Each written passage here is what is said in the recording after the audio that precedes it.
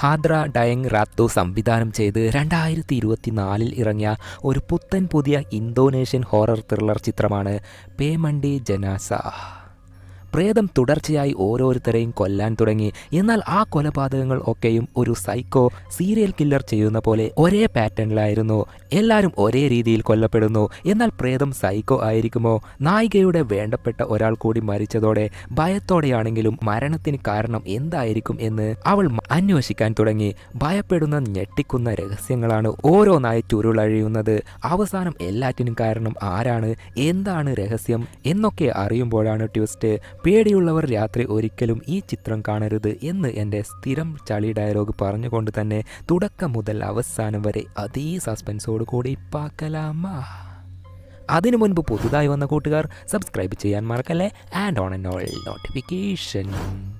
ഈ ചിത്രം കീറി മുറിച്ച ചിത്രത്തിൻ്റെ തുടക്കത്തിൽ ഒരു ശവത്തിൻ്റെ അടുത്ത് നിൽക്കുന്ന ഉമ്മയെയും മകളെയും കാണാം. മകളുടെ പേര് ലേല, ഉമ്മയുടെ പേര് സിറ്റി. ശവത്തിനെ കുളിപ്പിച്ച് ശവസംസ്കരണത്തിന് വേണ്ട ചടങ്ങുകളൊക്കെ ചെയ്യുന്ന ജോലിയാണ് ഇവരുടേത്. ഉമ്മ പാരമ്പര്യമായി ചെയ്യുന്ന തൊഴിലാണെങ്കിലും മകൾക്ക് ലേലക്ക് ഈ തൊഴിൽ ചെയ്യാൻ തീരെ താല്പര്യം ഇല്ല. ഉമ്മ നിർബന്ധിക്കുന്നത് കൊണ്ട് മാത്രമാണിപ്പോൾ ഉമ്മയുടെ കൂടെ നിന്ന് ജോലി ചെയ്യുന്നത്. ഇപ്പോൾ ശവത്തിൻ്റെ തുണി മാറ്റി നോക്കുമ്പോൾ കണ്ണു വികൃതമായി പുഴുക്കളൊക്കെ വന്ന ആ കാഴ്ച കണ്ട് ലേലക്ക് ഛർദ്ദിക്കാൻ വരികയാണ്. മോളെ പേടിക്കണ്ട, നീ ആദ്യമായത് കൊണ്ടല്ലേ, പതിയെ പതിയെ നിനക്കിത് ശീലമാകും എന്ന് പറഞ്ഞ് സമാധാനിപ്പിച്ച ശേഷം ചടങ്ങ് ചെയ്യാൻ തുടങ്ങി. എന്നിട്ട് ശവത്തെ തിരിച്ചു കിടത്തിയപ്പോൾ ദേ ശരീരത്തിൽ വെട്ടിയ മാന്തിയ പോലത്തെ പാടുകൾ. അത് കണ്ട് ഭയന്ന ലേല, ഉമ്മ എനിക്ക് പറ്റുന്നില്ല, എന്നെ ഇതിൽ നിന്നും ഒഴിവാക്ക് എന്ന് പറയുമ്പോൾ ഏയ് നീ എന്താ പറയുന്നത്, മരിച്ചവർക്ക് മര്യാദ കൊടുക്ക്, ഇങ്ങനെ ഒന്നും സംസാരിക്കാൻ പാടില്ല എന്ന് പറഞ്ഞതും പെട്ടെന്ന് ആ ശവം കണ്ണു തുറക്കുകയാണ്. കഥ ഇനിയാണ് ആരംഭിക്കുന്നത്. ഇപ്പോൾ ഗ്രാമത്തിലെ ഒരുത്തൻ മൈക്ക് പിടിച്ച് അനൗൺസ്മെന്റ് ചെയ്യുകയാണ്. എല്ലാവരുടെയും ശ്രദ്ധയ്ക്ക് ഈടയുടെ പേരക്കുട്ടിയുടെ സുന്നത്ത് മംഗലം നടക്കാൻ പോവുകയാണ്. ചടങ്ങിലേക്ക് ഗ്രാമവാസികളായ നിങ്ങൾ എല്ലാവരും വരണം എന്ന് എല്ലാവരും കേൾക്കാൻ പറയുകയാണ്. സുന്നത്ത് മംഗലം എന്ന് വെച്ചാൽ മുസ്ലിം മതത്തിലെ ആൺകുട്ടികളുടെ കിടുങ്ങാമണി ചെറുതായി വെട്ടിയ ശേഷം അതൊരു ഫംഗ്ഷനായി നടത്തുന്ന പരിപാടി. അങ്ങനെ ഇപ്പോൾ ഈട എന്ന ലേഡിയുടെ പേരക്കുട്ടിയുടെ സുന്നത്ത് മംഗലം നടക്കുകയാണ്. ഈടയെ മാസ്ക് ധരിച്ച് ഡാൻസ് കളിക്കുന്നവർ അടുത്തു ചെന്ന് തമാശ കാട്ടുമ്പോൾ ആ മുഖമൂടി കണ്ട് ഭയന്ന് ഈട നേരെ വീടിനകത്തേക്ക് പോവുകയാണ്. അത് കണ്ട ലേലയുടെ ഉമ്മ എന്തിനാ അവൾ ഭയന്നത് എന്ന് കൗതുകം തോന്നി പുറകെ പോയി നോക്കുമ്പോൾ ആ വീട്ടിൽ ഒരു ഓട്ടയുണ്ട്. ആ ഓട്ടയിലേക്ക് തന്നെ ഈട കുറുകുറുവെന്ന് നോക്കുകയാണ്. അത് ഉമ്മയും നോക്കി നിന്ന്. അങ്ങനെ ഒടുവിൽ ഫംഗ്ഷനൊക്കെ കഴിഞ്ഞ് ഓരോരുത്തരായി ഫുഡ് കഴിച്ച് പോയിക്കൊണ്ടിരിക്കുകയാണ്. അവസാനം ലേലയുടെ ഉമ്മയും പോകാൻ ഒരുങ്ങുകയും പോകുന്നതിന് മുൻപ് ഈടയെ ഒന്ന് കെട്ടിപ്പിടിച്ച് പോവുകയാണ്. സിറ്റി ഈടയുടെ ഒരു സുഹൃത്ത് കൂടിയാണ്. അങ്ങനെ സിറ്റിയെ കൂട്ടാൻ ലേലയും വന്നിട്ടുണ്ട്. നടന്നു പോകവെ പെട്ടെന്ന് ലേലയുടെ ബ്രദർ ആരിഫും വന്ന് നിൽക്കുകയാണ്. ആരിഫ് നാട്ടിൽ ചെറിയ ചെറിയ പ്ലംബിംഗ് വർക്ക്, ഇലക്ട്രീഷ്യൻ വർക്ക് ഒക്കെ ചെയ്യുന്നവനാണ്. ഇപ്പോൾ അവനൊരു അർജന്റ് ജോലി വരികയും നിങ്ങൾ പോയിക്കോ, ഞാൻ ജോലി കഴിഞ്ഞ് വരാം എന്ന് പറഞ്ഞ് ആരിഫ് പോവുകയും ഉമ്മയും ലേലയും വീട്ടിലേക്ക് പോവുകയും ചെയ്തു. രാത്രി ഉറങ്ങുന്നതിന് മുൻപ് ഉമ്മ നിസ്കരിക്കാൻ തുടങ്ങി. അന്നേരം പെട്ടെന്ന് ജനാലയിൽ നിന്നും ടിക് ടിക് എന്നൊരു ശബ്ദം. അതാരാ എന്നറിയാൻ പതുക്കെ പോയി സ്ക്രീൻ മാറ്റി നോക്കിയെങ്കിലും ആരെയും കണ്ടില്ല. അതിനാൽ തിരിച്ചു പോയി നിസ്കരിക്കാൻ തുടങ്ങി. എന്നാൽ വീണ്ടും ടിക് ടിക് എന്ന് ശബ്ദം കേൾക്കുകയാണ്. എന്നാൽ ഇത്തവണ ഭയം തോന്നിയെങ്കിലും പുറത്ത് കാട്ടാതെ നിസ്കരിക്കാൻ തുടങ്ങി. നോക്കിയാൽ ദേ പുറകിൽ ഒരു പ്രേതം നിസ്കരിക്കുന്നു. പുറകിൽ എന്തോ ഒന്ന് ഉണ്ടെന്ന് മനസ്സിലായെങ്കിലും തിരിഞ്ഞു നോക്കാതെ നിസ്കാരത്തിൽ നിന്നും വിട്ടുമാറാതെ പ്രാർത്ഥന തുടർന്ന് കംപ്ലീറ്റ് ചെയ്ത് കഴിഞ്ഞപ്പോൾ പെട്ടെന്ന് തോളിൽ ആരോ കൈവെക്കുകയാണ്. അത് ലേല ആയിരുന്നു. ഉമ്മ എനിക്ക് പുറത്തു പോകണം, മേക്കപ്പ് ചെയ്യാൻ ഒരാൾ വിളിച്ചിട്ടുണ്ട്. അത് കേട്ട് ഉമ്മയുടെ മുഖം മാറുകയാണ്. ലേലക്ക് ഒരു മേക്കപ്പ് ആർട്ടിസ്റ്റ് ആവാനാണ് ആഗ്രഹം. എന്നാൽ സിറ്റി പറയുന്നത് എനിക്ക് ശേഷം നമ്മുടെ പാരമ്പര്യ തൊഴിൽ നീ അല്ലേ നോക്കേണ്ടത്, അത്ര മോശം തൊഴിലാണോ നമ്മൾ ചെയ്യുന്നത് എന്ന് ചോദിക്കുമ്പോൾ അങ്ങനെ ഒന്നുമല്ല ഉമ്മ, ഓരോരുത്തർക്കും അവർക്ക് ഇഷ്ടപ്പെട്ട മേഖല ഉണ്ടാവുമല്ലോ, അതേപോലെ എനിക്ക് മേക്കപ്പ് ആർട്ടിസ്റ്റ് ആവാനാ ആഗ്രഹം, ഇതിലെന്താ തെറ്റ് എന്ന് ലേല ചോദിക്കുകയാണ്. അത് കേട്ട് ഉമ്മ അവളെ നോക്കി ദേഷ്യത്തിൽ കണ്ണുരുട്ടുമ്പോൾ ശരി ഉമ്മ, ഞാൻ എവിടെയും പോകുന്നില്ല എന്ന് പറഞ്ഞ് അവിടുന്ന് പോവുകയാണ്. ശേഷം സിറ്റി അവളുടെ അടുത്ത് ചെന്ന് മോളെ, ഞാൻ നിന്നെ നിർബന്ധിക്കാൻ വന്നതല്ല, നീ തന്നെ ഒന്ന് ആലോചിച്ച് നോക്ക്, നമ്മൾ ഈ ജോലി ഉപേക്ഷിച്ചാൽ ഈ നാട്ടിൽ വേറെ ആരാ ഇത് ചെയ്യുന്നത്, മരണാന്തര കർമ്മങ്ങൾ ചെയ്യാൻ നമ്മൾ മാത്രമല്ലേ ഉള്ളൂ. അത് കേട്ട് എനിക്കറിയാം, ചെറിയ പ്രായത്തിൽ മുത്തശ്ശി ഇത് എന്നെ പറഞ്ഞാണ് വളർത്തിയത്, അതേപോലെ എന്നെ നിങ്ങൾ ഡെഡ് ബോഡി എങ്ങനെ കഴുകണം, എന്തൊക്കെ ചെയ്യണം എന്ന് കാണിച്ചു തന്നു തന്നെയാണ് വളർത്തിയത്. എന്നാൽ എനിക്ക് ആഗ്രഹങ്ങളൊക്കെ ഉണ്ടാവും എന്ന് നിങ്ങൾ ചിന്തിച്ചിട്ടുണ്ടോ? മോളെ, അതുകൊണ്ടാണ് ഡെഡ് ബോഡി തുടക്കുന്ന പണി നിന്നെ ഏൽപ്പിക്കാതെ കഴുകുന്ന പണി മാത്രം നിന്നെ ഏൽപ്പിച്ചത്. നിന്നെ വിട്ട് വേറെ ആരാ ഈ ജോലി ചെയ്യാൻ ഈ നാട്ടിലുള്ളത്? അത് കേട്ട് കലിപ്പിലായ ലേല, അതിന് ഞാൻ എന്തിനാ ഇതൊക്കെ ചെയ്യുന്നത്? എനിക്ക് ഇഷ്ടപ്പെട്ട തൊഴിൽ തിരഞ്ഞെടുക്കണം, അടിച്ചു പൊളിച്ച് ജീവിക്കണം എന്നൊക്കെയാണ് എൻ്റെ ആഗ്രഹം. അതൊന്നും നിങ്ങളെന്താ മനസ്സിലാക്കാത്തത് എന്നൊക്കെ പറഞ്ഞുകൊണ്ടിരിക്കെ പെട്ടെന്ന് അവിടെയുള്ള ഒരു കണ്ണാടി നിലത്ത് വീണ് ഉടയുകയാണ്. അത് ലേല പെറുക്കിയെടുത്തുകൊണ്ടിരിക്കെ അവിടെ ടേബിളിൽ ഭക്ഷണം വച്ചിരുന്നത് അഴുകിയ അവസ്ഥയിലായിട്ടുണ്ട്. അത് കണ്ടതോടെ ഉമ്മയ്ക്ക് എന്തു പറ്റി എന്നറിയില്ല. മോളെ, പെട്ടെന്ന് ഡോറെല്ലാം അടക്ക്, ആരെയും അകത്ത് കയറ്റരുത്, എനിക്കൊരു പ്രധാനപ്പെട്ട ജോലിയുണ്ട്, ഉടനെ ഒരു സ്ഥലം വരെ പോയേയാകണം എന്ന് പറഞ്ഞ് റെഡിയായി പോകുമ്പോൾ എന്തു പറ്റി ഉമ്മ, എന്താ പ്രശ്നം എന്ന് ലേല ചോദിക്കുമ്പോൾ ഇപ്പോൾ ഗ്രാമത്തിൽ ഒരു അനൗൺസ്മെന്റ് കേൾക്കാൻ തുടങ്ങി. അത് ഇന്ന് 7 മണിയോടെ ഈട എന്ന ലേഡി മരിച്ചു എന്നായിരുന്നു. സോ ഇതൊക്കെ വെച്ച് നോക്കുമ്പോൾ ഈട മരിക്കാൻ പോവുകയാണ് എന്ന് ഉമ്മക്ക് മുൻകൂട്ടി അറിഞ്ഞിരുന്നു. മോളെ, ഞാൻ വരാൻ കുറച്ച് താമസിക്കും, ഈടയുടെ വീട്ടിലേക്ക് പോയിട്ട് വരാം, നീ സൂക്ഷിച്ച് നിൽക്ക് എന്ന് പറഞ്ഞ് ഉമ്മ നേരെ ഈടയുടെ വീട്ടിലേക്ക് പോവുകയാണ്. അവിടെ എത്തി നേരെ മരിച്ചുപോയ ഈടയുടെ റൂമിലേക്ക് പോയി നോക്കുമ്പോൾ ആ കൊടൂര കാഴ്ച കാണുകയാണ്. ഈടയുടെ കയ്യിലും ശരീരത്തിലും മൊത്തം രക്തമൊഴുകിയാണ് മരിച്ചു കിടക്കുന്നത്. ആ കാഴ്ച കണ്ട് ഉമ്മ ദൈവത്തോട് പ്രാർത്ഥിക്കാൻ തുടങ്ങി. ഇതേ നേരം വീട്ടിൽ ലേല മാത്രമാണല്ലോ ഉള്ളത്. കിടന്നുറങ്ങുമ്പോൾ പെട്ടെന്നൊരു ശബ്ദം, അതും മേലെ ഓടിൻ്റെ മേലെ ആരോ നടന്നു പോകുന്ന പോലെ ഒരു ശബ്ദം. പെട്ടെന്ന് ആ ഓട് ഉടഞ്ഞു വീഴുകയും പുറത്ത് നല്ല മഴയൊക്കെ പെയ്യുന്നതിനാൽ അതുവഴി വെള്ളവും വരാൻ തുടങ്ങി. വെള്ളം വീണ് വൃത്തികേടാകാതിരിക്കാൻ ഒരു പാത്രം എടുത്തു വയ്ക്കുമ്പോൾ അവിടേക്ക് ബ്രദർ ആരിഫ് ജോലി കഴിഞ്ഞ് എത്തുകയാണ്. പെട്ടെന്ന് ഓട് ശരിയാക്കാൻ അവനും പണി ആരംഭിച്ചു. ഉമ്മ ആണെങ്കിൽ ഈടയുടെ വീട്ടിൽ നിന്നും തിരിച്ചു വരുമ്പോൾ കനത്ത മഴയും കാറ്റും കാരണം ഒരു ഘട്ടത്തിൽ വഴുതി വീഴുകയാണ്. അത് കണ്ട് 2 മക്കളും ഓടിപ്പോയി പിടിച്ച് തൂക്കിയെടുത്ത് അകത്തേക്ക് കൂട്ടിക്കൊണ്ടു പോവുകയാണ്. അതിനുശേഷം ഈട ആൻറ്റി എങ്ങനെയാ മരിച്ചത് എന്ന് ചോദിക്കുമ്പോൾ ഇപ്പോൾ ഉമ്മ ഒരക്ഷരം മിണ്ടാതെ കിടക്കുകയാണ്. ശരി ഉമ്മ, അത് പറയാൻ ബുദ്ധിമുട്ടാണെങ്കിൽ നിങ്ങൾ റെസ്റ്റ് എടുക്ക്, ഞാൻ പുറത്തുണ്ട് എന്ന് പറഞ്ഞ് ലേല പുറത്തേക്ക് ഇറങ്ങിയതും ദേ പുറകിലെ ഉമ്മ വന്ന് തീപ്പട്ടിയെടുത്ത് കത്തിക്കാൻ തുടങ്ങി. എന്തിനാ ഉമ്മ പുറത്തിറങ്ങിയത്? കുറച്ചു നേരം റെസ്റ്റ് എടുത്തൂടെ എന്ന് പറഞ്ഞ് വന്നു നോക്കുമ്പോൾ നേരത്തെ മരിച്ച ഈടയുടെ രക്തക്കറയുള്ള വസ്ത്രം എടുത്ത് തീയിട്ട് കത്തിക്കുകയാണ്. ഇതെന്താ, എന്തിനാ കത്തിച്ചത് എന്ന് ചോദിക്കുമ്പോൾ സാധാരണ ഈ മരിച്ചവരുടെ ഡെഡ് ബോഡി കഴുകി വൃത്തിയാക്കിയതിനു ശേഷം അവരുടെ വസ്ത്രം തീയിട്ട് കത്തിക്കണം, ഇല്ലെങ്കിൽ അവരുടെ ആത്മാക്കൾ നമ്മളെ പിന്തുടരും എന്ന് പറഞ്ഞ ശേഷം തിരിച്ച് റൂമിലേക്ക് പോകുമ്പോൾ ദേ കണ്ണാടിയിൽ ഒരു കൊടൂര പ്രേതം. അത് കണ്ട് ഉമ്മ ഭയന്ന് നേരെ പോയി കിടക്കുകയാണ്. അന്നേരം ഉമ്മയുടെ അടുത്ത് ആരോ കിടന്നതായി ഫീൽ ആവുകയാണ്. അത് ലേല ആയിരിക്കും എന്ന് കരുതി തിരിഞ്ഞു നോക്കുമ്പോൾ അവിടെ ആരും തന്നെയില്ല. അതേപോലെ ഇപ്പോഴാണ് ലേല കതക് തുറന്ന് ഉമ്മയുടെ അടുത്ത് വന്ന് കിടക്കുന്നത്. മോളെ, എന്നോട് ക്ഷമിക്ക്, ഞാൻ ദേഷ്യത്തിലാണ് ഓരോന്നും പറഞ്ഞത്, അത് സാരമില്ല, നിങ്ങൾ ഇനിയും എഴുന്നേൽക്കണ്ട, റെസ്റ്റ് എടുക്ക്. അത് കേട്ട് ഉമ്മ തിരിഞ്ഞു കിടക്കുകയാണ്. ഉറങ്ങാൻ തുടങ്ങുമ്പോഴത്തേക്കും ദേ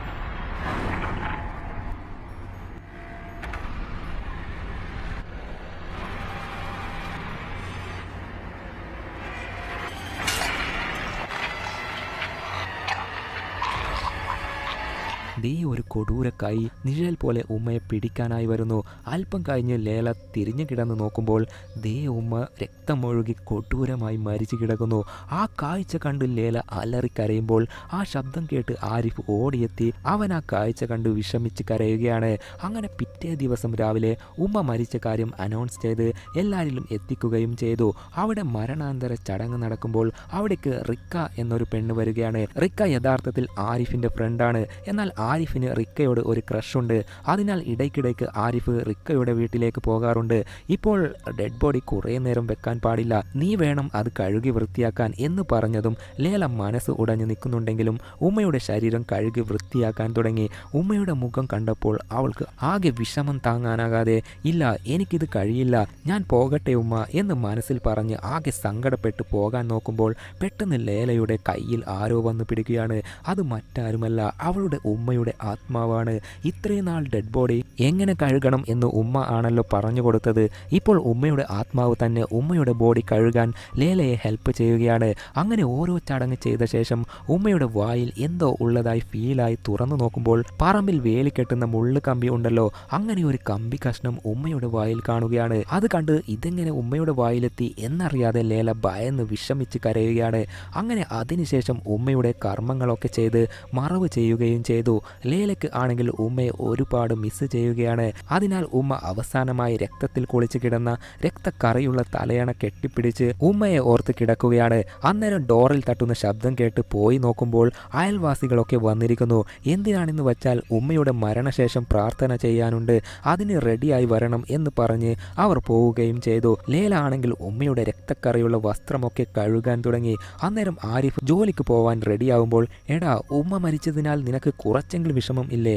ഉമ്മ മരിച്ചതിന്റെ ചടങ്ങ് നീയാണ് ചെയ്യേണ്ടത്, ഇതിനിടയിൽ നീ എവിടെ പോകുക എന്ന് ലേല ചോദിച്ചെങ്കിലും ആരിഫ് അതിനൊന്നും മറുപടി കൊടുക്കാതെ പെട്ടിയും എടുത്ത് പോവുകയാണ്. ലേല വസ്ത്രം കഴുകിക്കൊണ്ടിരിക്കുമ്പോൾ വെള്ളത്തിൽ മുള്ളു കമ്പിയുടെ കഷ്ണം കാണുകയാണ്. എന്നാൽ അത് എടുക്കാൻ നോക്കുമ്പോൾ അപ്രത്യക്ഷമാവുകയും വീണ്ടും വീണ്ടും നോക്കിയെങ്കിലും മുൾ കമ്പി കാണാനില്ല. അല്പം കഴിഞ്ഞ് ഇപ്പോൾ ആരിഫ് റിക്കയുടെ വീട്ടിൽ ജോലി ചെയ്തുകൊണ്ടിരിക്കുമ്പോൾ അവനെ നോക്കി, എടാ നിന്റെ ഉമ്മ മരിച്ചതല്ലേ, ഇത്ര പെട്ടെന്ന് എന്തിനാ ജോലിക്ക് വന്നത്? ശരി, നിനക്കും നിന്റെ അനിയത്തിക്കും ഒരുപാട് വിഷമം ഉണ്ടെന്ന് എനിക്കറിയാം, കാരണം എൻ്റെ ഉമ്മയും മരിച്ചതാണ്. നിങ്ങൾക്ക് എന്തെങ്കിലും ആവശ്യമുണ്ടെങ്കിൽ എന്നോട് പറയണേ എന്ന് റിക്ക പറയുമ്പോൾ, ഏയ് പ്രത്യേകിച്ച് ആവശ്യങ്ങളൊന്നുമില്ല, നീ അത് ചോദിച്ചാൽ സന്തോഷം എന്ന് പറയുകയാണ്. ഇതേ നേരം ഈടയും ലേലയുടെ ഉമ്മ സിറ്റിയും തമ്മിൽ ഫ്രണ്ട് ആയിരുന്നല്ലോ. അവർ തമ്മിൽ എടുത്ത ഫോട്ടോസ് എടുത്ത് ടെറി എന്നൊരുത്തിയുണ്ട്. അവൾ നടന്ന കാര്യങ്ങളൊക്കെ വെച്ച് ഇതൊരു സാധാരണ മരണം അല്ല, എന്തോ ഒരു കാരണത്താൽ നടക്കുന്നതാണ്, ഏതെങ്കിലും ശാപം ആയിരിക്കും. അത് കേട്ട് മറ്റ് രണ്ടുപേർ, എടി നീ എന്തൊക്കെയാ പറയുന്നത്, രണ്ടുപേരും മരിച്ചതല്ലേ ഉള്ളൂ, അതിനിടയിൽ അവരെക്കുറിച്ച് എന്തിനാ ഇങ്ങനെയൊക്കെ പറയുന്നത് എന്നൊക്കെ പറഞ്ഞുകൊണ്ടിരിക്കെ പെട്ടെന്ന് സ്കെയിൽ കൊണ്ട് ടെറിയുടെ കൈ മുറിഞ്ഞ് രക്തം വരികയാണ്. അത് കണ്ട് അന എന്നൊരുത്തി പറയുന്നു, കണ്ടില്ലേ, മരിച്ചു പോയവരെക്കുറിച്ച് അനാവശ്യം പറഞ്ഞാൽ ഇങ്ങനെ അപകടം ഒക്കെ സംഭവിക്കും. അങ്ങനെ നേരം രാത്രി ഗ്രാമവാസികൾ ഒക്കെ ചേർന്ന് മരിച്ചവർക്ക് വേണ്ടി പ്രാർത്ഥന ചെയ്യുകയാണ്.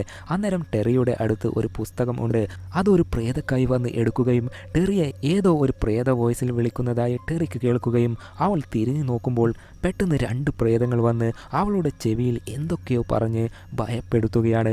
പ്ലീസ് എന്നെ വെറുതെ വിടണേ, എനിക്ക് മരിക്കണ്ട, ഞാൻ മരിക്കാൻ തയ്യാറല്ല എന്ന് പറഞ്ഞ് ടെറി കരയുമ്പോൾ ഇപ്പോൾ കണ്ണ് തുറന്ന് നോക്കുമ്പോൾ ഇപ്പോൾ പ്രേതത്തെ കാണാനില്ല. എന്തിനാ നീ അലറിയത്, നിന്റെ അലർച്ച കാരണം കരണ്ട് പോയി, ആരും പേടിക്കണ്ട, പ്രാർത്ഥന നിർത്തണ്ട എന്ന് പറഞ്ഞ് മെഴുകുതിരിയൊക്കെ കത്തിച്ചു വെച്ച് അവർ വീണ്ടും പ്രാർത്ഥന ആരംഭിച്ചു. അന്നേരം ലേലയുടെ കണ്ണിന് അവിടെ മരിച്ചു പോയവരൊക്കെ പ്രേതമായി വന്ന് ഇരുന്നതായി കാണുകയാണ്.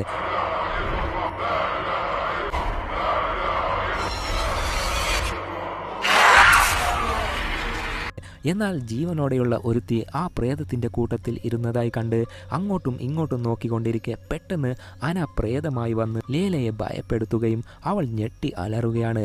എന്നാൽ ഇപ്പോൾ അവിടെ പ്രേതങ്ങൾ ഒന്നും തന്നെയില്ല. അതിനാൽ ലേലയ്ക്ക് ചുറ്റിലും എന്താ നടക്കുന്നത്, ഇല്യൂഷനാണോ എന്നൊന്നും അറിയാൻ പറ്റാത്ത അവസ്ഥ. ശേഷം എല്ലാം കഴിഞ്ഞ് നേരെ വീട്ടിലെത്തിയപ്പോൾ മറ്റൊരു കാഴ്ച, ആരോ ഒരാൾ നിസ്കരിക്കുന്നതായി കാണുകയാണ്. അത് കണ്ട് അതാരാ എന്ന് കൗതുകത്തോടെ ഭയത്തോടെ പോയി തൊടുമ്പോൾ തന്നെ നിസ്കാരക്കുപ്പായം മാത്രം താഴെ വീഴുകയാണ്. അയ്യോ പ്രേതം എന്ന് ഭയന്ന് ഒരു സ്റ്റെപ്പ് പുറകോട്ട് എടുത്തതും അവിടെ ഒരു മുൾക്കമ്പി ഉണ്ടായിരുന്നു. അതിൽ ചവിട്ടി കൊത്തി കയറുകയാണ്. അസഹനീയമായ വേദനയാൽ അവൾ ഇരുന്ന് പതുക്കെ അതിനെ ഒരു വിധത്തിൽ ഊരിയെടുത്ത് നോക്കുമ്പോൾ ദേ പുറകിൽ അവളുടെ ഉമ്മയുടെ പ്രേതം വന്ന് ഇതേ നേരം ഒരു പ്രേതാത്മാവ് ഒരു വീട്ടിലേക്ക് പോവുകയാണ്. അത് അനയുടെ വീടാണ്. അനയും മരിച്ചുപോയ ഈടയും സിറ്റിയും ഒക്കെ ഒരേ ഫ്രണ്ട്സ് ഗ്യാങ് ആണ്. അതിനാൽ ഇപ്പോൾ എൻ്റെ ഫ്രണ്ട്സ് എല്ലാവരും മരിച്ചു കൊണ്ടിരിക്കുകയാണ്, അവരെ പോലെ ഞാനും മരിക്കും എന്ന് എനിക്ക് തോന്നുന്നു. പക്ഷെ ഞാൻ അത് കരുതി പേടിക്കുന്നില്ല, ഞാൻ മരിച്ചാൽ നിന്നെ ആര് നോക്കും എന്നൊക്കെ മകനോട് പറയുകയാണ്. നോക്കിയാൽ ദേ പുറകിൽ ഒരു പ്രേതം അനയെ എത്തി നോക്കുന്നു. എന്നാൽ അത് കണ്ട് ഭയന്നെങ്കിലും അക്കാര്യം മകനോട് പറയാതെ അവനെ കിടക്കാനായി പറഞ്ഞയച്ചിട്ട് പ്രേതം എത്തി നോക്കിയ ഭാഗത്തേക്ക് പോയിട്ട് നോക്കിയെങ്കിലും പ്രേതത്തെ കാണാനില്ല. എന്നാൽ അവിടെയുള്ള കബോർഡിന്റെ ഡോർ തനിയെ തുറന്ന് ആടിക്കളിക്കുന്നത് കണ്ട് പതുക്കെ ചെന്ന് അടക്കാൻ നോക്കുമ്പോൾ അത് തനിയെ അടയുകയാണ്. അതാരാ അടച്ചത്, അകത്ത് ആരെങ്കിലും ഉണ്ടോ എന്ന് കരുതി തുറക്കാൻ നോക്കിയെങ്കിലും കഴിഞ്ഞില്ല. എന്നാൽ കൈ എടുത്ത് മാറ്റിയപ്പോൾ പെട്ടെന്ന് തുറന്നു നിൽക്കുകയാണ്.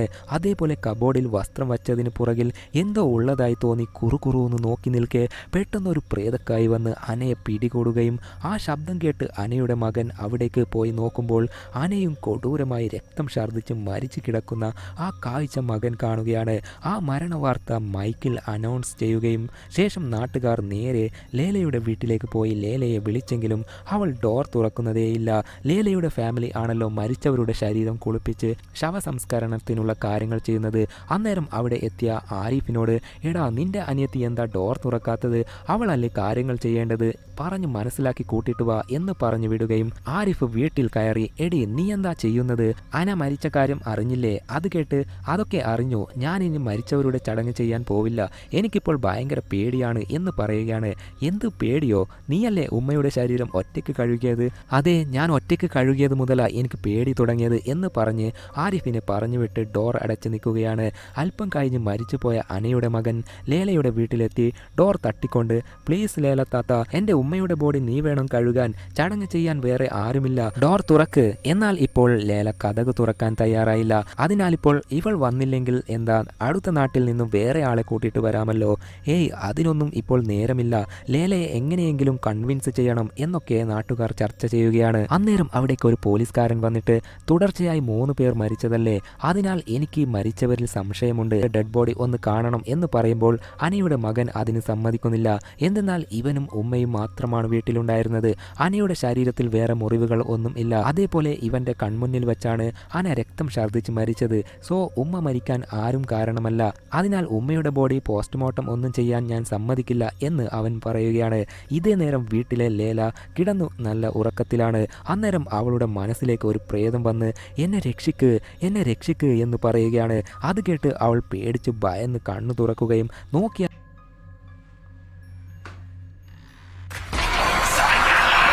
മുന്നിൽ ആ പ്രേതം.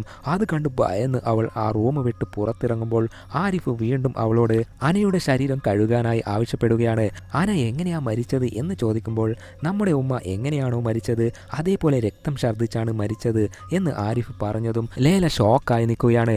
ശേഷം റെഡിയായി നേരെ മരിച്ച വീട്ടിലേക്ക് പോവുകയും ലേലയെ കണ്ടപ്പോൾ എല്ലാവർക്കും ആശ്വാസമാവുകയും ചെയ്യുന്നു. അങ്ങനെ ലേല അനയുടെ ശരീരം കഴുകാനായി പോയി ഭയത്തോടെ നിന്ന് തുണി മാറ്റാൻ നോക്കുമ്പോൾ പെട്ടെന്ന് കൈ സ്ലിപ്പായി വീഴുകയും പേടിച്ച് ഒരൊറ്റ ഞെട്ടൽ.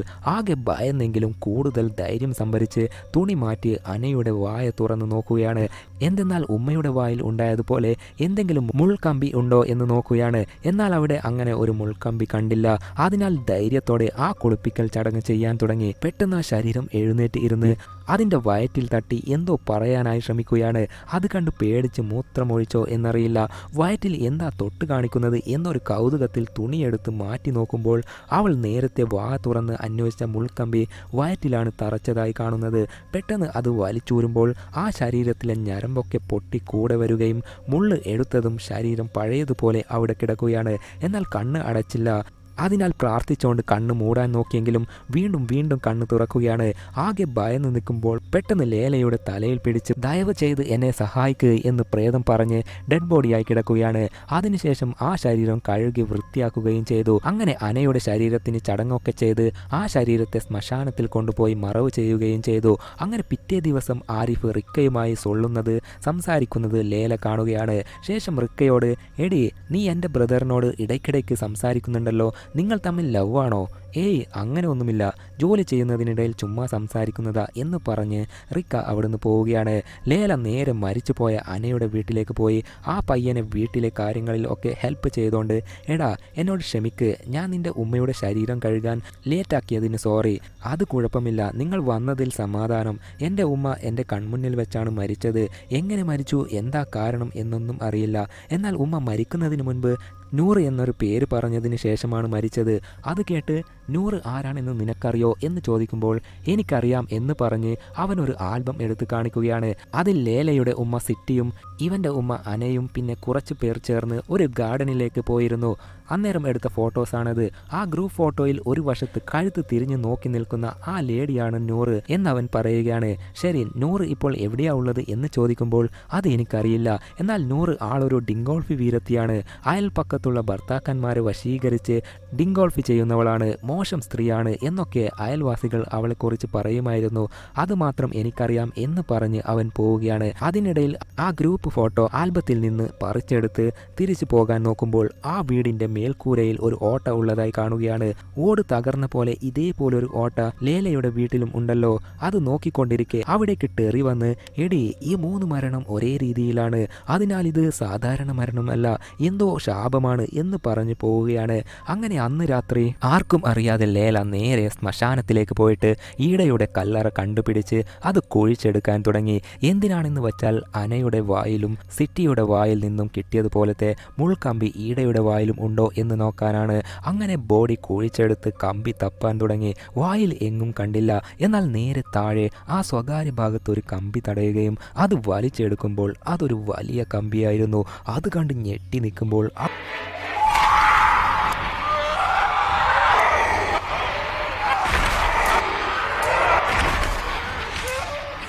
അവിടേക്ക് ഒരുപാട് ഡെഡ് ബോഡീസ് വന്ന് ഭയപ്പെടുത്തുമ്പോൾ ആ കുഴി പോലും മൂടാൻ നിൽക്കാതെ ജീവനും കൊണ്ട് അവൾ ഓടിപ്പോവുകയും ചെയ്തു. അങ്ങനെ പിറ്റേ ദിവസം രാവിലെ ഒരു അനൗൺസ്മെൻറ്റ്, അതായത് ഗ്രാമത്തിലെ ആരോ ഈടയുടെ കല്ലറ കുഴിച്ചു നോക്കിയിട്ടുണ്ട് എന്നൊക്കെ ഗ്രാമവാസികൾക്ക് ഇൻഫർമേഷൻ കൊടുക്കുകയാണ്. ഇപ്പോൾ ഈടയുടെ വീട്ടിലെത്തിയ ലേലയെ കാണാം. ഈടയുടെ ഗ്രൂപ്പ് ഫോട്ടോ ഉണ്ടോ എന്ന് ചെക്ക് ചെയ്യുമ്പോൾ ആ ഫോട്ടോ കിട്ടുകയാണ്. അതിൽ നൂറയുടെ ഫോട്ടോയും ഉണ്ട്. അന്നേരം അവിടേക്ക് ടൂട്ടി എന്നൊരു പെണ്ണ് വന്ന് ഇവിടെ എന്താ ചെയ്യുന്നത് എന്ന് ചോദിക്കുമ്പോൾ ലേല ആ ഫോട്ടോ കാണിച്ച്, ഈ നൂറയെക്കുറിച്ച് നിനക്ക് എന്തെങ്കിലും അറിയുമോ എന്ന് ചോദിക്കുമ്പോൾ, ഏയ് ആ പേര് പറയരുത്, അവൾ ഭയങ്കര മോശം സ്ത്രീയാണ്. എന്താ അവൾ ചെയ്തത്? അവൾ കാരണം ഗ്രാമത്തിലെ ഒരുപാട് കുടുംബങ്ങൾ നശിച്ചിട്ടുണ്ട്. മറ്റു കുടുംബത്തിലെ ഭർത്താക്കന്മാരെ ആഗ്രഹിച്ച് സ്വന്തമാക്കും. അതുകൊണ്ടാണ് നീ ജനിച്ചത് മുതൽ നിന്റെ ഉപ്പയെ നിനക്ക് കാണാൻ പറ്റാത്തത് എന്നൊക്കെ പറഞ്ഞുകൊണ്ടിരിക്കെ പെട്ടെന്ന് അവൾക്ക് എന്തായി എന്നറിയില്ല. അവൾക്കൊരു ശബ്ദം കേട്ട് വ്യത്യസ്തമായി പെരുമാറി സ്വന്തം ശരീരം കീറിമുറിക്കാൻ തുടങ്ങി. അത് കണ്ട് ഒന്നും മനസ്സിലാവാതെ നിൽക്കുമ്പോൾ ലേലയെ ആരോ വിളിക്കുകയാണ്. ആരാണെന്ന് നോക്കിയാൽ ട്വിസ്റ്റ്. ഇപ്പോഴാണ് ട്യൂട്ടി അവിടേക്ക് വരുന്നത്. അപ്പോൾ നേരത്തെ വന്നത് പ്രേതം ആയിരുന്നു. നേരത്തെ അവളോട് ചോദിച്ച പോലെ ഇവളോടും നിനക്ക് നൂറയെക്കുറിച്ച് അറിയാമോ എന്ന് ചോദിക്കുമ്പോൾ അതിനൊന്നും മറുപടി പറയാതെ, ഈടയുടെ കല്ലറ ആരോ തോണ്ടിയെടുത്തിട്ടുണ്ടെന്ന് അനൗൺസ്മെന്റ് ഞാൻ കേട്ടു, അതിനാൽ കൂടുതൽ നേരം ഇവിടെ നിൽക്കുന്നത് നല്ലതല്ല, വാ പോകാം എന്ന് പറഞ്ഞ് അവിടുന്ന് പുറത്തേക്ക് കൂട്ടിയിട്ട് പോവുകയാണ്. ഇതേ നേരം ആരിഫ് ജോലിയൊക്കെ കഴിഞ്ഞ് വീട്ടിലേക്ക് തിരിച്ചെത്തി നോക്കുമ്പോൾ വീട്ടിൽ നിലത്ത് ചളിയിൽ ചവിട്ടി നടന്നതുപോലെ കാൽപ്പാടുകൾ കാണുകയാണ്. തിരഞ്ഞു നോക്കുമ്പോൾ ഈടയുടെ കല്ലറ തോണ്ടാൻ ഉപയോഗിച്ച കൈക്കോട്ടും കട്ടിലിനടിയിൽ കാണുകയാണ്. ലേലയാണ് ശവക്കുഴി മാന്തിയത് എന്ന് ഇപ്പോൾ ആരിഫിന് മനസ്സിലാവുകയും ചെയ്തു. അന്നേരം കൃത്യം അവിടേക്ക് ലേല എത്തിയതും, എന്തിനാടി ബഗിടത്തി നീ കല്ലറ കുഴിച്ചത് എന്ന് ചോദിക്കുമ്പോൾ ഇപ്പോഴാണ് അവൾ നടന്ന എല്ലാ കാര്യവും പറയുന്നത്. ദേ നോക്ക്, ഇപ്പൊ 3 പേരാണ് മരിച്ചത്. മരിച്ച എല്ലാവരുടെയും വീടിന്റെ ഓടും തകർന്നിട്ടുണ്ട്. മരിച്ച 3 പേരുടെയും ശരീരത്തിൽ ഇതേപോലെ ഇരുമ്പ് മുള്ളു കമ്പി ഉണ്ടായിരുന്നു.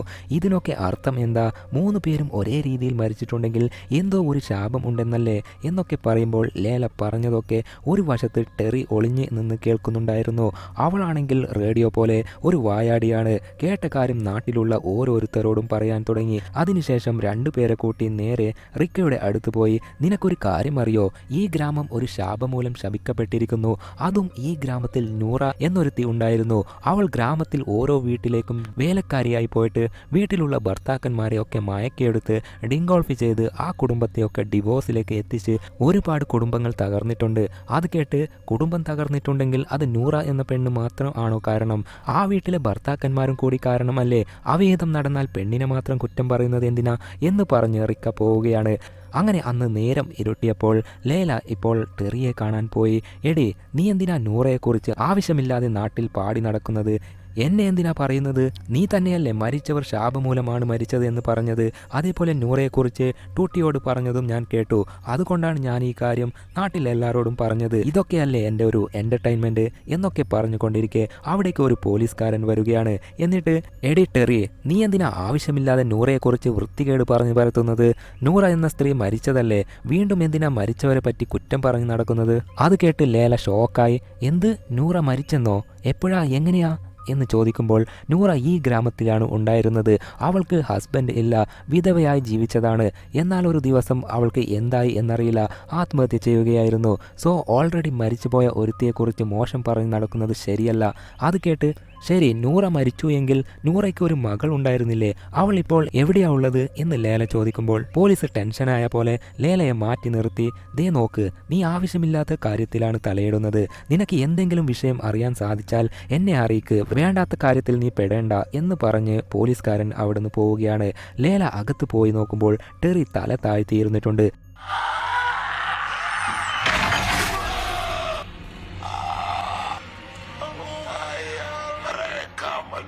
suaminya sebenarnya.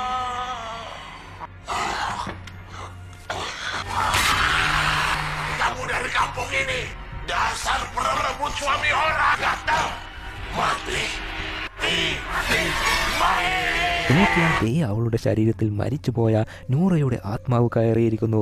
ഏയ് ലേല, എനിക്ക് വേണ്ടി ഹെൽപ്പ് ചെയ്യ്, എന്നെ എല്ലാവരും മോശക്കാരിയാക്കി സംസാരിക്കുന്നു, മറ്റു പുരുഷന്മാരുമായി എനിക്ക് അവിഹിതം ഉണ്ടെന്ന് പറഞ്ഞ് എന്നെ കളിയാക്കുന്നു, അവരുടെ കുടുംബത്തെ നാശമാക്കി എന്നൊക്കെ പറയുന്നു. എന്നാൽ ഞാൻ അത്തരക്കാരിയേ അല്ല. സത്യം എന്താണെന്ന് നിനക്ക് അറിയണോ എന്ന് നൂറയുടെ ആത്മാവ് ചോദിക്കുകയാണ്. പറ, എന്താണ് സത്യം എന്ന് ലേല ചോദിക്കുമ്പോൾ നൂറയുടെ ആത്മാവ് കൂടുതൽ അഗ്രസീവായി ലേലയെ കഴുത്ത് പിടിച്ച് ഞെരിക്കാൻ തുടങ്ങി. ആ പോരാട്ടത്തിൽ ഒരു വിധത്തിൽ പിടിവിട്ട് അവൾ താഴെ വീഴുകയാണ്. എന്നിട്ട് വീണ്ടും, ഞാൻ പറയുന്നത് വിശ്വസിക്ക്, ഞാൻ ഒരു തെറ്റും ചെയ്തിട്ടില്ല ലേല എന്ന് പറഞ്ഞുകൊണ്ടിരിക്കുകയാണ്. എന്നാൽ ഇപ്പോൾ ലേല അത് വിശ്വസിക്കാതെ, ഇല്ല, എനിക്ക് നീ പറയുന്നത് ഒന്നും വിശ്വാസമില്ല, നീ തെറ്റ് ചെയ്തിട്ടുണ്ട്, നീ മരിക്കേണ്ടവൾ തന്നെയാണ് എന്ന് ലേല പറയുകയാണ്.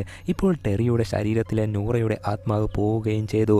അതിനുശേഷം ലേല നേരെ വീട്ടിലേക്ക് തിരിച്ചു പോയി മുള്ളു കമ്പി ഫോട്ടോസ് ഒക്കെ വെച്ച് നോക്കിയിരിക്കുമ്പോൾ ആരിഫ് വന്ന്, നീ എന്താടി ചെയ്യുന്നത് എന്ന് ചോദിക്കുമ്പോൾ, നമ്മുടെ ഉമ്മ മരിച്ചത് ഒരു സാധാരണ മരണം അല്ല, അതൊരു കൊലപാതകമാണ്, ആരാണ് ചെയ്തത് എന്നറിയില്ല, അത് എനിക്ക് കണ്ടുപിടിക്കണം, അതിനാ ഞാൻ ശ്രമിക്കുന്നത്. അത് കേട്ട് ആരിഫ് കലിപ്പിൽ, എടി നോക്ക്, നമ്മുടെ ഉമ്മ മരിച്ചുപോയി, നമ്മളിനി എന്ത് ചെയ്താലും ഉമ്മ തിരിച്ചു വരില്ല. ഓരോന്നും അന്വേഷിച്ച് പോകുമ്പോൾ നാട്ടുകാർ ഓരോന്നും ഉമ്മയെക്കുറിച്ച് പറയാൻ തുടങ്ങിയാൽ അത് കേട്ട് നിൽക്കാൻ എനിക്ക് മനസ്സ് വരില്ല. ഇടയ്ക്കിടയ്ക്ക് ഉമ്മയുടെ ഓർമ്മകൾ വന്നുകൊണ്ടേയിരിക്കുന്നു. ഉമ്മയെ ഞാൻ ഒരുപാട് മിസ് ചെയ്യുന്നു. ഉമ്മ എങ്ങനെയോ മരിച്ചു, ഇനി നീ കൂടി മരിക്കാൻ പാടില്ല, എന്നെ നീ അനാഥയാക്കി പോകരുത് എന്ന് പറഞ്ഞ് കെട്ടിപ്പിടിച്ച് കരയുകയാണ്. അങ്ങനെ രാത്രി ലേല കിടന്നുറങ്ങുമ്പോൾ സിട്ടിയെ എങ്ങനെയാണോ ഒരു നിഴൽ വന്ന് പിടിച്ചതോ അതേപോലെ ഒരു കൊടൂര നിഴൽ വന്ന് ലേലയുടെ കഴുത്തിലും പിടിച്ച് ഞെരിച്ച് സിട്ടി എങ്ങനെയാണോ മരിച്ചതോ അതേപോലെ മകൾ ലേലയും രക്തം ഛർദ്ദിച്ച് മരിച്ചു പോവുകയും ചെയ്തു. അങ്ങനെ മരിച്ച കാര്യം നാട്ടുകാരൊക്കെ അറിയുകയും അതിൽ അവളുടെ ബ്രദർ ആരിഫ് മനസ്സ് ഉടഞ്ഞ് ഇരിക്കുകയാണ്. അതിനുശേഷം അവൾക്ക് ചെയ്യേണ്ട ചടങ്ങൊക്കെ വേറെ ആൾക്കാരെ വരുത്തിച്ച് ചെയ്ത് ആരിഫും നാട്ടുകാരും ഒക്കെ ചേർന്ന് ലേലയുടെ ബോഡിയെ ശ്മശാനത്തിലേക്ക് കൊണ്ടുപോകാൻ തുടങ്ങി. നോക്കിയാൽ ദേ ലേല കണ്ണു തുറക്കുന്നു. എന്നിട്ട്, എന്നെ എവിടെയാ കൊണ്ടുപോകുന്നത്, ഞാൻ മരിച്ചിട്ടില്ല എന്ന് പറഞ്ഞ് അലറിൽ ഞെട്ടി ഉണരുകയാണ്. യഥാർത്ഥത്തിൽ എല്ലാം ലേല കണ്ട ഒരു സ്വപ്നമായിരുന്നു. അവൾ മരിച്ചിട്ടില്ല. ലേല ഇപ്പോൾ എല്ലാ കാര്യങ്ങളും ഓർക്കാൻ തുടങ്ങി. അതായത് നൂറയെക്കുറിച്ച് നാട്ടുകാർ പറയുന്ന കാര്യങ്ങളൊക്കെ. അങ്ങനെ ഓർത്തെടുക്കുമ്പോൾ ലേലയ്ക്ക് ഇപ്പോൾ ഒരുത്തിയുടെ മേൽ ഒരു സംശയം വരികയാണ്. അതിനാൽ ആരിഫ് അറിയാതെ റിക്കയുടെ വീടിൻ്റെ കീ എടുത്തിട്ട് നേരെ റിക്കയുടെ വീട്ടിലേക്ക് പോയി അകത്ത് കയറി മരിച്ചുപോയ നൂറയ്ക്കും റിക്കയ്ക്കും എന്തെങ്കിലും ബന്ധമുണ്ടോ എന്ന് തിരയാൻ തുടങ്ങി. അതിനിടയിൽ ഒരു വെള്ളം നിറച്ചിരുന്ന ഗ്ലാസ് തട്ടി താഴെ വീഴുകയാണ്. അതെടുത്തു വെക്കാൻ നോക്കുമ്പോൾ നിലത്തുള്ള ഒരു ടൈൽ മാത്രം ഒരൽപ്പം മാറി നിൽക്കുന്നതായി കാണുകയാണ്. സംശയത്തിൽ മേലെയുള്ള മാറ്റ് മാറ്റി ടൈലെടുത്ത് മാറ്റുമ്പോൾ ഇവിടെയാണ് ഒരു ട്വിസ്റ്റ്. അവിടെ ലേലയുടെ ഉമ്മ സിട്ടിയും അനയും ഈടയും ഒക്കെ ചേർന്ന് എടുത്ത ഗ്രൂപ്പ് ഫോട്ടോ ഉണ്ട്. ആ ഫോട്ടോസൊക്കെ വെച്ച് ആരോ കൂടോത്രം ചെയ്ത പോലെയുണ്ട്. ആ കൂടോത്രം ചെയ്തത് മറ്റാരുമല്ല, ആത്മഹത്യ ചെയ്ത നൂറ ഉണ്ടല്ലോ, നൂറയ്ക്ക് ഒരു മകൾ ഉണ്ടെന്ന് പറഞ്ഞിരുന്നില്ലേ, ആ മകൾ മറ്റാരുമല്ല, നമ്മുടെ റിക്ക തന്നെയാണ്. റിക്കയാണ് കൂടോത്രം ചെയ്തത്. എല്ലാ കാര്യവും മനസ്സിലാക്കി ഇക്കാര്യം ടെറിയോട് പറയണം എന്ന് കരുതി പെട്ടെന്ന് വെപ്രാളപ്പെട്ട് അവിടുന്ന് ഓടിപ്പോയിക്കൊണ്ടിരിക്കെ കൂടോത്രം ചെയ്തു വരുത്തിയ പിശാച്ച് ആണെങ്കിൽ ആ ഗ്രൂപ്പ് ഫോട്ടോയിലുള്ള മറ്റൊരാളെ കൊല്ലാനായി പോവുകയാണ്. അത് ട്യൂട്ടിയെയാണ്.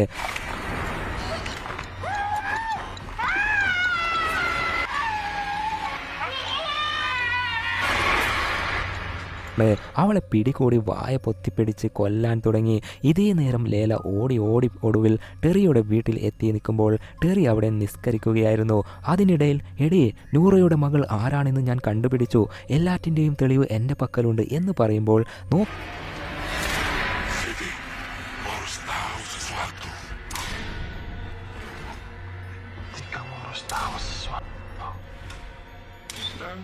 Kenapa suami berubah saya buat?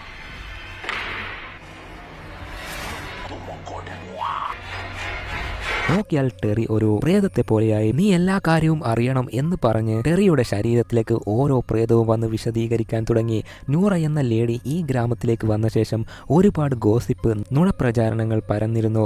അതിൽ പ്രധാനമായും ലേലയുടെ മരിച്ചുപോയ ഉമ്മ സിട്ടി, ഈട, പിന്നെ അന, ഈ 3 പേരുടെയും ഹസ്ബൻഡിനെ നൂറ മയക്കിയെടുത്ത് അവരുമായി നൂറയ്ക്ക് അവിഹിതം ഉണ്ട് എന്നൊക്കെ കള്ളപ്രചാരണം നാട്ടിലെങ്ങും പടർന്നിരുന്നു. അതിനാൽ ഈ 3 ഭാര്യമാർ ചേർന്ന്, അതായത് സിട്ടിയും ഈടയും അനയും എല്ലാവരും ചേർന്ന് നമ്മുടെ ഭർത്താക്കന്മാരെ വശീകരിച്ച നൂറയെ വെറുതെ വിടാൻ പാടില്ല എന്ന് കൂടി തീരുമാനിച്ച് പ്ലാൻ ചെയ്തിരുന്നു. ഇപ്പോൾ ട്യൂട്ടി ബാത്റൂമിൽ ഭയന്ന് നിൽക്കുന്നത് കാണാം.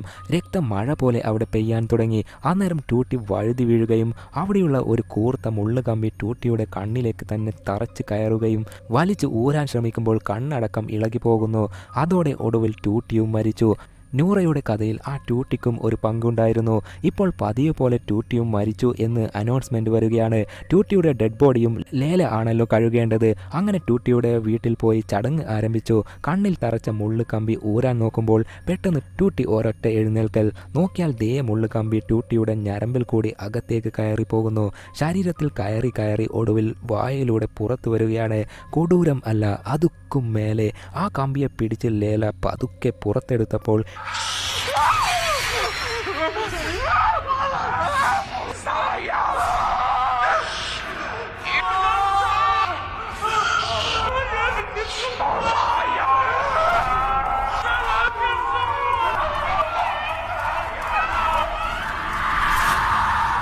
ഇപ്പോൾ ചുറ്റിലും എല്ലാ പ്രേതങ്ങളും വരികയാണ്. മരിച്ചവരുടെ എല്ലാ പ്രേതങ്ങളും വന്ന് ഞങ്ങൾക്ക് ഹെൽപ്പ് ചെയ്യ്, ഞങ്ങളെ സഹായിക്ക് എന്ന് പറഞ്ഞുകൊണ്ടിരിക്കുകയാണ്. ആകെ ഭയന്ന് വിറച്ച ലേല എന്ത് ചെയ്യണം എന്നറിയാതെ മുള്ളുകമ്പി എടുത്തു പിടിക്കുമ്പോൾ അത് അവളുടെ മുഖത്തേക്ക് ചുറ്റി ലേലയെ മുറുക്കാൻ തുടങ്ങി. ആ കൊടൂര വേദനയിൽ ലേല അലറാൻ തുടങ്ങി. ആ ശബ്ദം കേട്ട് പോലീസുകാരും നാട്ടുകാരും ഡോർ തുറന്ന് അകത്ത് നോക്കുമ്പോൾ ഇപ്പോൾ ലേലയുടെ മുഖത്ത് ചുറ്റിയിരുന്ന കമ്പി കാണാനില്ല. പോലീസ് ട്യൂട്ടിയുടെ ഡെഡ് ബോഡി കണ്ട് എനിക്ക് ഇവളുടെ മരണത്തിൽ ഡൗട്ടുണ്ട്, ഹോസ്പിറ്റലിലേക്ക് കൊണ്ടുപോകണം എന്ന് പറയുമ്പോൾ ലേല അതിന് തടസ്സം പറയുകയാണ്. ആദ്യം ഇവളുടെ ശരീരം കഴുകൽ ചടങ്ങ് നടത്തണം, അതിനുശേഷം മാത്രമേ ഹോസ്പിറ്റലിൽ കൊണ്ടുപോകാൻ പാടുള്ളൂ. അത് കേട്ട് ഇത് നല്ല കഥ, ആദ്യം ഹോസ്പിറ്റലിൽ കൊണ്ടുപോയി ചെക്ക് ചെയ്ത് പോസ്റ്റ്മോർട്ടം ഒക്കെ ചെയ്തല്ലേ ചടങ്ങ് ചെയ്യേണ്ടത്. എന്താ നീ എന്തെങ്കിലും സത്യത്തെ മറച്ചു വെക്കാൻ ശ്രമിക്കുകയാണോ? നീയാണോ എല്ലാറ്റിനും കാരണം എന്ന് പോലീസ് ചോദിക്കുമ്പോൾ ലേല കൈ ചൂണ്ടി എല്ലാറ്റിനും കാരണം ഞാനല്ല, ദേ അവിടെ നിൽക്കുന്ന റിക്കയാണ്, അവളാണ് എല്ലാരെയും കൂടോത്രം ചെയ്ത് പിശാച്ചിനെ വരുത്തി കൊന്നത്. റിക്കയാണ് നൂറയുടെ മകൾ.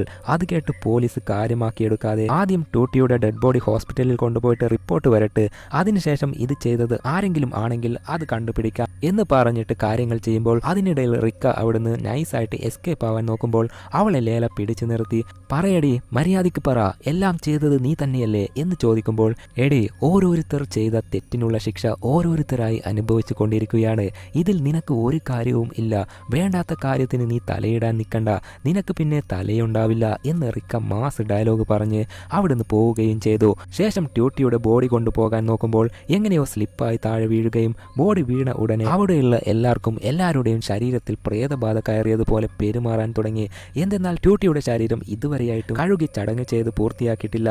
അതിനാൽ കാര്യം മനസ്സിലാക്കി ആ ചടങ്ങ് പൂർത്തിയാക്കാൻ പറഞ്ഞ് ഒടുവിൽ ചടങ്ങ് പൂർത്തിയാക്കി ട്യൂട്ടിയുടെ ശരീരം ഹോസ്പിറ്റലിലേക്ക് കൊണ്ടുപോവുകയും ചെയ്തു. ശേഷം അവിടെ നടന്ന കാര്യങ്ങളൊക്കെ കണ്ട നാട്ടുകാർ ശരിക്കും എല്ലാറ്റിനും കാരണം റിക്കയാണോ എന്ന് കൊണുകൊണുവെന്ന് ചോദിക്കുമ്പോൾ അതെ എന്ന് ലേല പറയുകയാണ്. അതോടെ ഇപ്പോൾ ഒരു ഫ്ലാഷ് ബാക്ക്. ഒരിക്കൽ രാത്രി നൂറയും നൂറയുടെ മകളും വീട്ടിൽ നിൽക്കുമ്പോൾ ഗ്രാമത്തിലെ പെണ്ണുങ്ങൾ എല്ലാം ചേർന്ന് വീടിന് കല്ലെറിഞ്ഞ് എടി നാണം മാനം ഇല്ലാത്തവളെ, ഞങ്ങളുടെ ഭർത്താക്കന്മാരെ കണ്ണും നാക്കും മറ്റു പലതും കാണിച്ച് മയക്കിയെടുത്തവളെ, നിന്നെ ഞങ്ങൾ വെറുതെ വിടില്ലടി എന്നൊക്കെ പച്ച തെറിയൊക്കെ പറഞ്ഞ് നൂറയെ പിടിച്ച് പുറത്തു കൊണ്ടുവന്ന് കയ്യിലുള്ള മുള്ളു കമ്പി കൊണ്ട് നൂറയുടെ മുഖത്ത് ഉരച്ച് കീറി മുറിച്ച് ചാണകവെള്ളം ഒഴിച്ച് അടിച്ച് കൊടൂരമായി കൊല്ലുകയായിരുന്നു. ആ കൊല ചെയ്യുന്നതിൽ മുന്നിൽ നിന്നിരുന്നത് സിട്ടിയും ഈടയും അനയും ട്യൂട്ടിയും ആയിരുന്നു. അതൊക്കെ വീട്ടിൽ നിന്ന് നൂറയുടെ മകൾ റിക്ക കണ്ട് ഉമ്മയെ ഒന്നും ചെയ്യല്ലേ എന്ന് പറഞ്ഞ് കരഞ്ഞെങ്കിലും മനസാക്ഷി ഇല്ലാത്തവരെ പോലെ നൂറയെ എല്ലാവരും ചേർന്ന് അടിച്ച് കൊല്ലുകയായിരുന്നു. ഫ്ലാഷ് ബാക്കിൽ നിന്ന് മുന്നോട്ട് വന്നാൽ ഇപ്പോൾ പല വർഷങ്ങൾക്ക് മുൻപ് നൂറയ്ക്ക് എന്താണോ സംഭവിച്ചതോ അതേപോലെ ഇപ്പോൾ നൂറയുടെ മകളായ റിക്കയ്ക്കും സംഭവിക്കാൻ തുടങ്ങി. എല്ലാവരും മരിക്കാൻ കാരണം റിക്കയാണ് എന്ന് മനസ്സിലാക്കിയ നാട്ടുകാർ നേരെ റിക്കയുടെ വീട്ടിലേക്ക് പോയി റിക്കയെ പിടിച്ച് പുറത്തിട്ട് അവളെ ഓരോന്നും പറഞ്ഞ് അടിക്കാൻ തുടങ്ങി. അന്നേരം റിക്ക കലിപ്പിൽ അലറി, നിർത്ത് ബ്ലഡി ഗ്രാമവാസികളെ, അന്ന് ഇതേ തെറ്റാണ് എൻ്റെ ഉമ്മയോട് ഈ ഗ്രാമത്തിലുള്ളവർ ചെയ്തത്. ഒരു തെറ്റും ചെയ്യാത്ത എൻ്റെ ഉമ്മയെ ഈ നാട്ടിലെ ആൾക്കാർ അടിച്ച് കൊടൂരപ്പെടുത്തി കൊന്നു. അതിനാലാണ് ഞാൻ കൂടോത്രം ചെയ്ത് പ്രതികാരം ചെയ്തത്. അന്ന് അമ്മ മരിക്കാൻ കാരണക്കാരായവരെ പോലെ നിങ്ങളും എന്നെ കൊല്ലാൻ കാരണക്കാർ ആവാൻ പോവുകയാണോ? അതൊക്കെ കേട്ട് കൂട്ടത്തിലുള്ള വീര്യം കൂടിയ ഒരു മഹതിയായ യുവതി മുന്നിൽ വന്ന് എടി 3 പേരെ കൊന്നിട്ട് ന്യായം പറയുന്നോ എന്ന് പറഞ്ഞ് റിക്കയെ അടിക്കാൻ തുടങ്ങി. ഒരാൾ അടിക്കുന്നത് കണ്ടാൽ ബാക്കിയുള്ളവർ വെറുതെ നിൽക്കില്ലല്ലോ. എല്ലാവരും റിക്കയെ അടിച്ച് ഒടുവിൽ റിക്ക മരിക്കാനായ അവസ്ഥയിൽ എത്തിയപ്പോൾ ലേലയുടെ ഉമ്മയുടെ അതായത് സിട്ടിയുടെ പ്രേതം വന്ന് ലേലയോട്, മോളെ, നൂറയുടെ ഭാഗത്തും റിക്കയുടെ ഭാഗത്തും ഒരു തെറ്റുമില്ല. ഞങ്ങൾ 3 പേർ കാരണമാണ് നൂറ മരിച്ചത്. ഞങ്ങൾക്കന്ന് അബദ്ധം പറ്റിപ്പോയി. നൂറ നല്ലൊരു സാധുവായിരുന്നു. ഞങ്ങൾ വലിയൊരു തെറ്റ് ചെയ്തു പോയി. നൂറയുടെ മകളെ എങ്കിലും നീ രക്ഷിക്കണം പോ എന്ന് പറഞ്ഞതും അവളെ ഒന്നും ചെയ്യല്ലേ എന്ന് അലറി പറഞ്ഞ് ലേല ഓടിപ്പോയി റിക്കയെ കെട്ടിപ്പിടിച്ച്, ഇവളെ ആരും ഒന്നും ചെയ്യല്ലേ, ഇവൾ ഒരു തെറ്റും ചെയ്തിട്ടില്ല എന്ന് പറഞ്ഞ് റിക്കയ്ക്ക് കിട്ടേണ്ട ചവിട്ടും അടിയും ഒക്കെ ഇപ്പോൾ ലേലയുടെ ശരീരത്തിന് കൊള്ളാൻ തുടങ്ങി. അന്നേരം ലേലയ്ക്ക് അടി കിട്ടുന്നത് കണ്ട ചേട്ടനായ ആരിഫ് ഓടി വന്ന് തടുക്കാൻ ശ്രമിച്ചെങ്കിലും അടി നിന്നില്ല. അടികൾ പലവിധം, കൈ കൊണ്ടുള്ള അടി, ചൂല് കൊണ്ടുള്ള അടി, ചെരുപ്പ് കൊണ്ടുള്ള അടി, എന്നാൽ മറ്റൊരു അടി ഒരു മുള്ളു കമ്പി കൊണ്ടുള്ള അടി. അത് കൊണ്ടത് ആരിഫിന്റെ തലമണ്ടക്ക്. ആ അടി സ്ട്രോങ് ആയതിനാൽ തലയിൽ നിന്നും രക്തം ഒഴുകി സ്പോട്ടിൽ ആരിഫ് മരിച്ചു പോവുകയും ചെയ്തു. റിക്കയെ എത്ര കഷ്ടപ്പെട്ട് ലേല രക്ഷിച്ചെങ്കിലും ആരിഫിന്റെ ജീവൻ രക്ഷിക്കാൻ കഴിഞ്ഞില്ല. എല്ലാം ഇവരുടെ ഉമ്മയും കൂട്ടുകാരികളും ചെയ്ത തെറ്റിന്റെ ഫലമാണ്. ഒരാളെക്കുറിച്ച് ഒരാൾ മോശം പറയുകയാണെങ്കിൽ ബാക്കിയുള്ളവർ അത് ശരിയാണോ തെറ്റാണോ എന്നൊന്നും അന്വേഷിക്കാൻ നിൽക്കാതെ കുറ്റപ്പെടുത്തുന്നവരുടെ കൂടെ നിന്ന് കൂടുതൽ കുറ്റപ്പെടുത്തി വലുതാക്കി നിഷ്കളങ്കരായ ആൾക്കാരെ ആത്മഹത്യയിലേക്ക്, മരണത്തിലേക്ക് തള്ളിവിടുന്നവർ ഒരുപാടുണ്ട്. അവർക്കൊക്കെ ഇന്നല്ലെങ്കിൽ നാളെ തക്കതായ ശിക്ഷ കിട്ടും എന്ന് കാണിച്ച് ഈ ചിത്രം ഇവിടെ അവസാനിക്കുന്നു. Bye bye.